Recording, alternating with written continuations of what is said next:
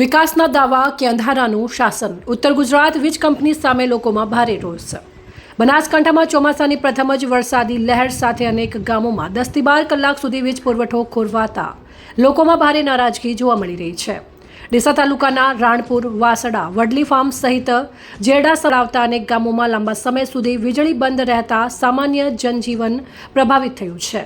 સ્થાનિકોનો આક્ષેપ મુજબ વીજ કંપની ગ્રાહકો પાસેથી સમયસર બિલ અને દંડ વસૂલવામાં કડક છે, પરંતુ વરસાદ પડતા જ કલાકો સુધી વીજ પુરવઠો પુનઃસ્થાપિત કરવામાં નિષ્ફળ રહે છે.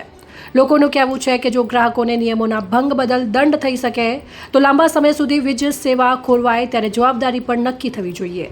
લાંબા સમય સુધી વીજળી ન હોવાથી બાળકોનો અભ્યાસ ખોરવાયો, વેપાર ધંધાને અસર પહોંચી, મોબાઈલ અને ઇન્ટરનેટ સેવા પ્રભાવિત થઈ તેમજ વૃદ્ધો, દર્દીઓ અને તમામ નાના બાળકોને ભારે હાલાકીનો સામનો કરવો પડ્યો.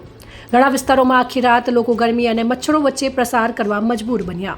સવાલ માત્ર એટલો નથી કે ભારે વરસાદમાં ક્યારેક ટેકનિકલ કારણોસર વીજ પુરવઠો બંધ કેમ થાય. સવાલ એ છે કે દર વર્ષે ચોમાસાની શરૂઆતમાં લગભગ આવી જ સ્થિતિ કેમ સર્જાય છે. જો વરસાદની સિઝન પૂર્વ નિર્ધારિત છે તો વીજ લાઇનની જાળવણી, વૃક્ષોની કાપકૂપ, સાધનોનું આધુનિકીકરણ અને પૂર્વ તૈયારી વધુ અસરકારક રીતે કેમ કરવામાં આવતી નથી.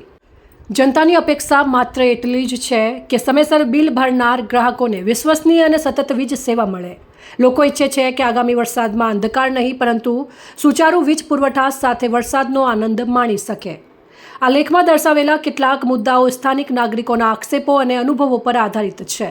સંબંધિત વીજ કંપનીનો પક્ષ ઉપલબ્ધ થાય તો તેને પણ સમાન મહત્વ આપવામાં આવશે. વધુ અપડેટ માટે ફોલો અને સબસ્ક્રાઇબ કરો સેન્ટ્રલ ભારત ન્યૂઝ ચેનલને. ધન્યવાદ.